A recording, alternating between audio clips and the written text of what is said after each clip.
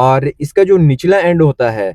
निचले एंड में इसका छोटा-सा एक पंप लगा होता है जो कि फ्यूल को पंप कर रहा होता है। मतलब कि आप कह सकते हैं कि आपकी गाड़ी का जो फ्यूल पंप है, वो फ्यूल को बॉटम लेवल से जो है वो पंप कर रहा होता है या सक कर रहा होता है। फ्यूल का लेवल है वो एकदम नॉर्मल से रिज़र्व पे आ जाता है और आपकी गाड़ी का रिज़र्व लग जाता है। तो उसके बाद मोस्टली गाड़ियाँ ऐसी हैं जो कि आपको मीटर में रेंज जो है वो बताना बंद कर देती हैं और उसके बाद आपको मीटर में रेंज शो नहीं होती।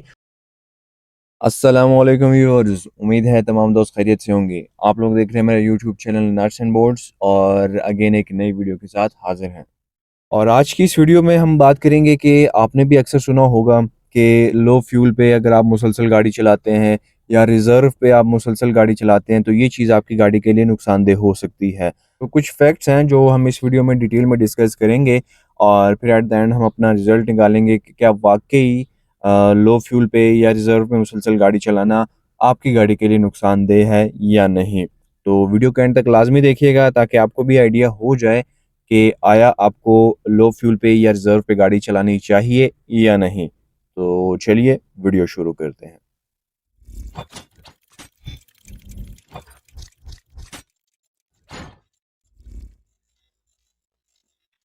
जी, तो व्यूअर्स आते हैं अपने फैक्ट्स की तरफ और 3-4 फैक्ट्स हैं जिनको हम डिस्कस करेंगे। लेकिन फैक्ट्स की तरफ जाने से पहले आपको आइडिया होगा कि आपकी गाड़ी का जो फ्यूल टैंक है, जब आप बैक सीट को रिमूव करते हैं तो उसके नीचे आपको फ्यूल टैंक नज़र आ जाता है। अब आपकी गाड़ी का जो फ्यूल पंप है, वो आपकी गाड़ी के फ्यूल टैंक के अंदर लगा होता है और जो फ्यूल पंप है आप कह सकते हैं कि डिज़ाइन ही ऐसे किया गया है कि वो फ्यूल के अंदर डूब कर या फ्यूल के अंदर सबमर्ज रहकर जो है वो अपना काम बेहतर तरीके से कर सकता है। अब यहाँ पे अगर आप जो है वो लो फ्यूल के साथ गाड़ी ड्राइव करते हैं और बहुत रिज़र्व पे या बहुत ही लो लेवल पे जो है वो आप अपनी गाड़ी का फ्यूल रखते हैं और मुसलसल इसी तरह ड्राइव कर रहे होते हैं, तो इससे क्या होगा कि आपकी गाड़ी का जो फ्यूल पंप है, जो कि डिज़ाइन किया गया है कि वो कंप्लीटली फ्यूल के अंदर डूब के रहकर फिर काम करे, तो जितना-जितना एरिया अब उसका नज़र आ रहा होगा या जितना-जितना फ्यूल लेवल कम हो गया होगा, उतना-उतना एरिया आपके फ्यूल पंप का ड्राई हो चुका होगा। और फिर जब फ्यूल पंप जितना ड्राई हो गया या जितना फ्यूल का लेवल कम है, तो इससे क्या होगा, 2 बातें होंगी। एक तो ये कि आपकी गाड़ी का जो फ्यूल पंप होता है, ये बनाया ही ऐसे गया होता है या डिज़ाइन ही ऐसे गया होता है कि ये जितना फ्यूल के अंदर डूबा हुआ रहेगा, उतना ये बेहतर तरीके से काम करेगा और जितना ये फ्यूल के अंदर डूबा हुआ रहेगा, उतना ही आपकी गाड़ी का जो फ्यूल है, वो उसको ठंडा रखेगा और उतना ही वो फ्यूल उसको लुब्रिकेट भी रखेगा। अब मिसाल के तौर पर ये आपकी गाड़ी का फ्यूल पंप है, क्योंकि फ्यूल पंप जो होता है वो टावर टाइप होता है, लंबा-सा होता है सीधा और ये सीधा ही आपकी गाड़ी के फ्यूल टैंक में लगता है। तो अब मिसाल के तौर पे ये आपकी गाड़ी का फ्यूल है, फ्यूल पंप है सॉरी, और ये फ्यूल का लेवल है। तो आपकी गाड़ी का फ्यूल पंप जो है वो भी कंप्लीटली फ्यूल में डूबा हुआ है और जो है आपकी गाड़ी का फ्यूल उसको लुब्रिकेट भी कर रहा है और उसको ठंडा भी रख रहा है और आपकी गाड़ी का जो फ्यूल पंप है वो एक आइडियल तरीके से काम कर रहा है। लेकिन अगर आप जो है अपनी गाड़ी का फ्यूल लेवल इतना रखते हैं कि बिल्कुल ही आखिरी हद पे जो है आप फ्यूल को चला रहे होते हैं और मुसलसल चला रहे होते हैं या रिज़र्व पे चला रहे होते हैं, तो अब इस एरिया से जो ऊपर का एरिया है सारा फ्यूल पंप का, वो नज़र आ रहा होता है या उसको कोई फ्यूल की लुब्रिकेशन नहीं मिल रही होती या उसको कोई फ्यूल की ठंडक जो है वो नहीं मिल रही होती। क्योंकि फ्यूल पंप भी एक मशीन है और डेफ़िनेटली वो जब काम कर रहा होता है तो वो भी हीट हो रहा होता है। तो अब जो इससे ऊपर का एरिया है, इसके ओवरहीट होने के चांसेस भी बढ़ जाते हैं और इसको ज़ंग लगने के चांसेस भी बढ़ जाते हैं, क्योंकि जितना ये हवा में रहेगा आपकी गाड़ी का फ्यूल पंप या जितना ही इसको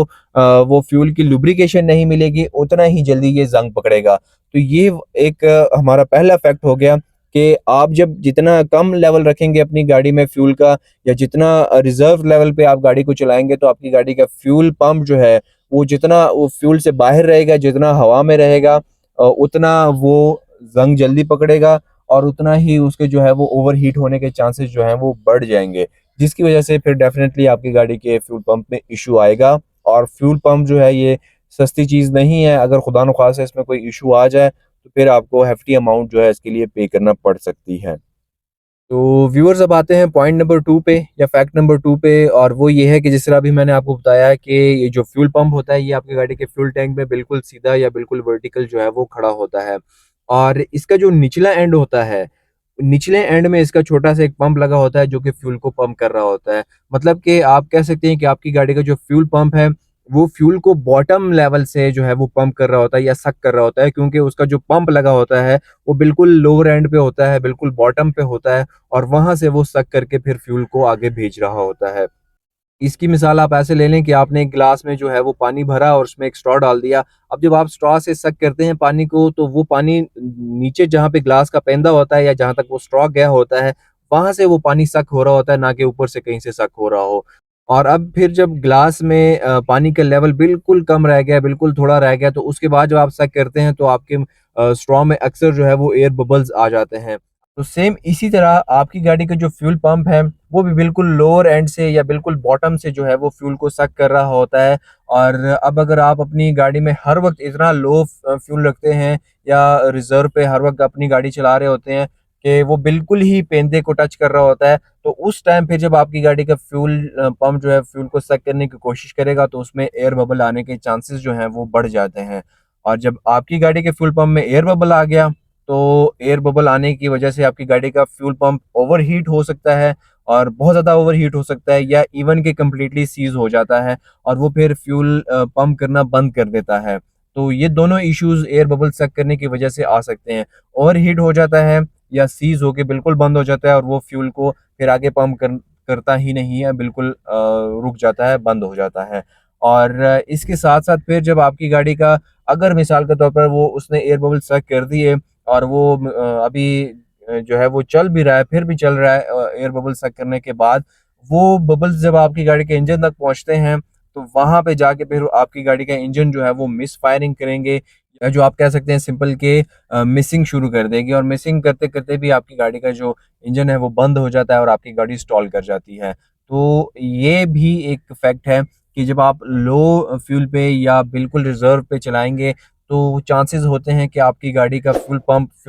पंप करने के साथ साथ जो एयर बबल्स जो है उसको भी सक कर लेता है, और वो एयर बबल आपकी गाड़ी के इंजन को भी नुकसान पहुंचाएगा और फ्यूल पंप को भी नुकसान पहुंचाएगा। और व्यूअर्स, अब आते हैं फैक्ट नंबर 3 पे या पॉइंट नंबर 3 पे, लेकिन इस पॉइंट को मैं एक मिथ कहूँगा। और मिथ इसलिए कहेंगे कि अक्सर आपने सुना होगा कि आपकी गाड़ी का जो फ्यूल पंप है, अगर लोग कहते हैं कि आप बहुत ज़्यादा लो फ्यूल पे गाड़ी चलाते हैं या बहुत ज़्यादा रिजर्व पे कंटिन्यूसली आप गाड़ी चला रहे होते हैं, तो आपकी गाड़ी का फ्यूल पंप जो है वो डर्ट को या कंटेमिनेशंस को जो है वो पंप करना शुरू कर देगा, जो कि नीचे तह में बैठी होती है। और जब वो गंद वगैरह या डर्ट वगैरह जब पंप होगा, तो आपकी गाड़ी की फ्यूल लाइनिंग बंद हो सकती है या क्लॉग हो सकती है। तो वो तो बिल्कुल डेफिनेटली, जब आपकी गाड़ी का फ्यूल अगर आप इतना गंदा इस्तेमाल कर रहे हैं कि उसमें डर्ट बहुत ज़्यादा है, तो फिर वो वैसे ही क्लॉग हो जाएगा। ज़रूरी नहीं है कि उसके लिए आपकी गाड़ी का फ्यूल लेवल जो है वो बिल्कुल कम हो या रिजर्व हो,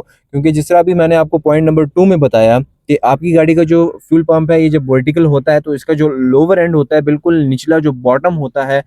वहां से ये सक कर रहा होता है फ्यूल को। तो अब आपकी गाड़ी के अगर फ्यूल का लेवल जो है वो फुल है इवन तब भी, या बिल्कुल रिजर्व है तब भी, उसने बॉटम से ही जो है वो फ्यूल को पंप करना होता है। तो अगर मिसाल के तौर पर आपकी गाड़ी का फ्यूल लेवल जो है, सॉरी,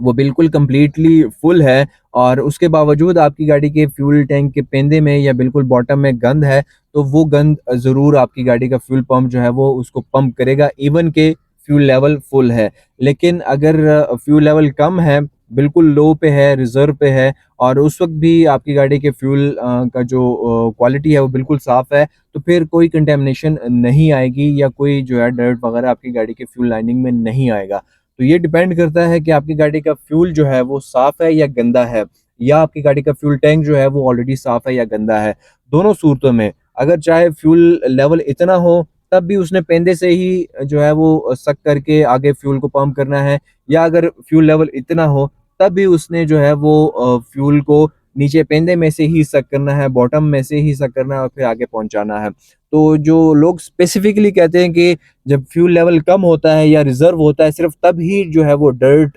या कंटामिनेशन वगैरह पंप होती है और नॉर्मल रूटीन में नहीं होती, तो ये एक मिथ है और ये गलत है, क्योंकि फ्यूल पंप जो है वो बॉटम से ही पंप कर रहा है फ्यूल को, या बॉटम से ही सक कर रहा है। तो वो फिर डिपेंड नहीं करता कि फ्यूल का लेवल कितना है, कम बिल्कुल लो पे है या बिल्कुल हाई पे है। वो डिपेंड करता है कि फ्यूल क्वालिटी कितनी है, या वो फ्यूल जो आप डलवा रहे हैं वो कितना गंदा कितना साफ है, और टैंक के अंदर फिर कितनी जो है वो डर्ट या कंटेमिनेशन पड़ी हुई है।